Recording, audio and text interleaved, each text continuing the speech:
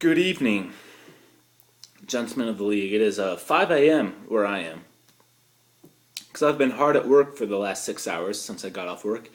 Um, I was in the toilet when I saw Brooks's video, at work, mind you, and I was laughing at the sheer bullshit that was spewing out of his mouth. I think he was trying to justify why his garbage fire of a team should be better, but it's not. And then he kind of gave you some obscure statistic called opponent's winning percentage. Granted, it is a relevant statistic. I don't think it explains why your team should be better than it is. Basically, the only argument I saw the commissioner making was that he's full of excuses because other teams have a better record than him. So basically, if you play teams with a better record, you're more bound to lose, and vice versa. Like with me and Colton, I think we had the worst two opponents' winning percentages, and we have one of the better winning percentages ourselves. So I basically spent the last couple hours coming up with a statistic that would better challenge this, but still prove that the teams that are in the playoffs belong there. This statistic is called the Ratings Percentage Index. You may be familiar with it from college basketball. It is a very well-respected formula in the sports world.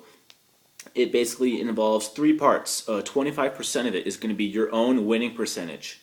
50% of it is going to be your opponent's winning percentage. And then the last 25% is going to be your opponent's winning percentage.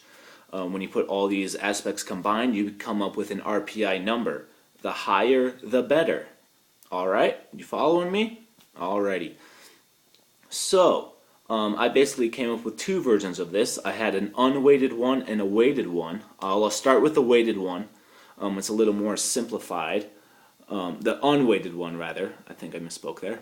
The unweighted one basically just combines the winning percentage and opponent's winning percentage, like Brooks already gave us. I'm trusting his statistics are correct. And then I just came up with the opponent's winning percentage. I'll post a link explaining better why opponent's winning percentage is relevant and how it is determined within the RPI formula. Basically, in short, you can Google it, RPI formula. It's a wiki page. It's pretty much explains everything. That's where I got my information is, because the internet is real and no one lies. Basically, we found that I'm still the best based on regular season record. Okay, let's just throw that out there. Regular season record. We all know the New York Giants don't care about regular season record. They'll just limp into the playoffs and then just win a Super Bowl. All right? That's not how it goes in anywhere. Any playoff. Anywhere. All right, so when we look at unweighted RPI, it's basically a lot of the same people in. Most of your top 8 are in, except for this is where it gets a little interesting. If you look at it, Patrick would be the 8th seed based on unweighted RPI, and Willemans would drop all the way down to 10th. I believe he's 7th right now. This just goes to show that he has a weak winning percentage, and pair that with a weak opponent's winning percentage. It's not a brutal combination to go up against. So if we were in a league where, kind of like college basketball, where there's a group of individuals that chooses who is invited to the big dance, they basically look at this RPI statistic and it tells them who is theoretically better than another. So based on this statistic, Patrick would be better than Willemans by 2 places, actually. However, in real life, in reality, it seems like Patrick got bumped out and Willemans got bumped in. So this is one of those bubble scenarios where if there was a committee choosing who was in our playoffs, it would get a little bit interesting. Now, I also did a weighted RPI rankings. You can also look at these online. Basically, what I did was instead of your standard 1-to-1 for a win or a loss, I made it a little more interesting. So basically, I took the regular season standings, divided it into thirds. So your top four teams, if you won against a top four team, it counted as a 1.3. Instead of 1 for a win, it counted as 1.3 wins. If you lost to a top four team, it counted as zero point 0.7 wins. So you since you were expected to lose against a top tier team, you weren't weren't punished as severely. Kind of on the other spectrum, if you were in the bottom four teams, if you won versus a bottom four team, your win only counted as zero point 0.7 versus 1 because you were kind of expected to win. Then again, if you lost versus a bottom four team, your loss would count as 1.3 losses. So if you kind of see where I'm going here, losing against a team you were supposed to win against punishes you more, and vice versa. So if you're in that middle category, if you played a team in the middle, basically 5 through 8, the middle four, it still counted as 1-to-1. All right, so based on redoing all the wins and losses that way, I still had the highest win percentage, but it gets a little tricky in some spots when you look at it. I had 10.4 wins versus real life 11. Let's see here. I believe Patrick had 6.3 versus a real 6. Willemans had 7.25. Jimmy 6.7. Cole had 6.7 as well. Nate 7.7. Johnny Colton 7.8. The losses also get a little bit interesting there too. Brooks still had 10 losses. Bit of a warning here because freaking Brooks and Willemans tied. It got a little bit interesting how to score a tie in this weighted system. So basically what I did was, since Willemans tied versus a bottom four team and a win versus a bottom four team counted as 0.7, I gave him 0.35 wins. So in that week, he got 0.35 of a win. Brooks also got, since he tied a middle four team, he got 0.5 of a win, or half a win. That was the fairest way I could come up with it. The statistics weren't too screwy. They didn't get thrown off anyways. So basically, when you look at this statistic, you find the winning percentage is roughly the same. Johnny would be in second still, Colton third, Nate fourth, Jimmy would be fifth, Jimmy fourth, Cole fifth, in just winning percentage alone. Then you add in, based on weighted wins and losses, opponents' winning percentage and opponents' winning percentage.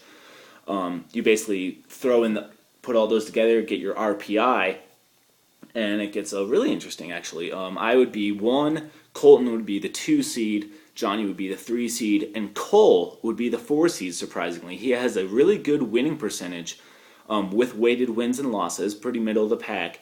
Then a very, very good, I believe, the second best opponent's winning percentage with weighted wins and losses. So you can see that with weighted wins and losses, he played a very tough schedule, and his opponent's winning percentage is also very middle of the pack. So he would have finished 4th in our weighted RPI rankings. Nate would have been 5th, Jimmy 6th, Wilman 7th, and MT 8th. So, as you can hear from that, the bottom 4 would still be left out. No matter how you slice the statistics, everyone is still where they should be, roughly. Granted, the seedings are a little bit switched up, but the teams that are good are higher seeds. The teams that are god-awful are bad seeds.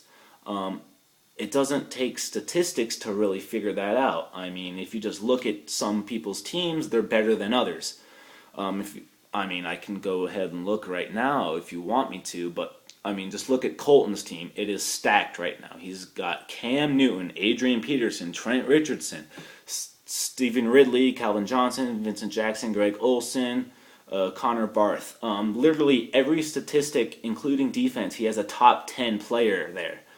It's no wonder he's the hottest team in the league, and he actually won for most points for. Myself, I'll go ahead and throw that out there. I have Tom Brady, C.J. Spiller, who's a top player, Des Bryant, who's been one of the hottest players of the year, in the last few weeks at least.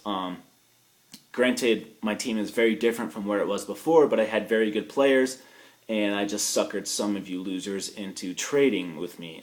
Patrick traded him Mikael LaShore for Des Bryant, and Des Bryant's been probably the hottest player in the league to this point. Mikael LaShore's been decent. Josh Gordon, I picked him off waivers. Aaron Hernandez, I suckered Brooks into picking... not Brooks. Brooks dropped him. Then I told Ben that he could take... If he picked up Aaron Hernandez, I would trade him Vic Ballard. That obviously paid out for me because I'm starting him this week. I traded a little too much, and when I traded Matt Forte for Tom Brady. I love Tom Brady, obviously, but I'm weak at running back.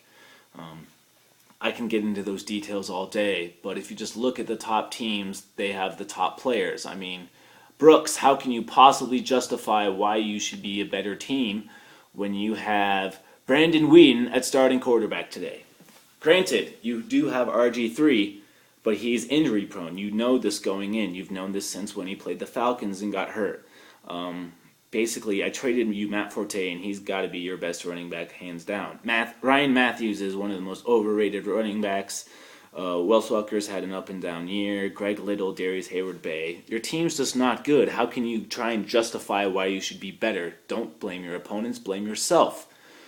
Ben, I don't even want to get into your team. Steve is actually an interesting team because, let me get into this here.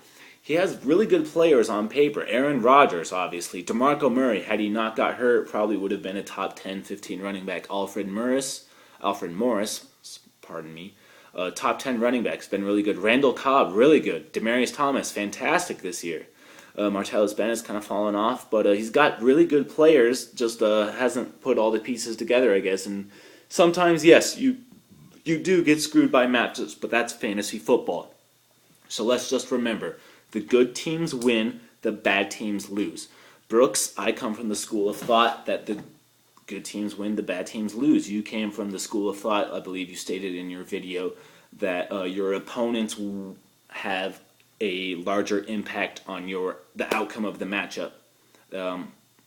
That's just stupid, honestly. That is terrible, terrible, terrible for an excuse. Really, of course, if your opponent's better than you, you're going to lose. Don't try and justify how better teams, whatever. I don't even want to get into it. I'm so tired right now. It's almost 5:30 in the morning. Basically, the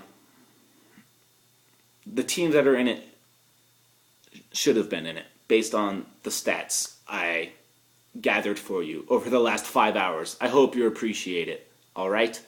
To Matt Taylor, I'm scared of Drew Brees, and I hope you lose. All you in the consolation bracket, I don't care about you, honestly. Elsewhere in the league, I hope Colton loses because he is terrifying. Thankfully, he's not in my side of the bracket. I just hope I win. Suck it, losers.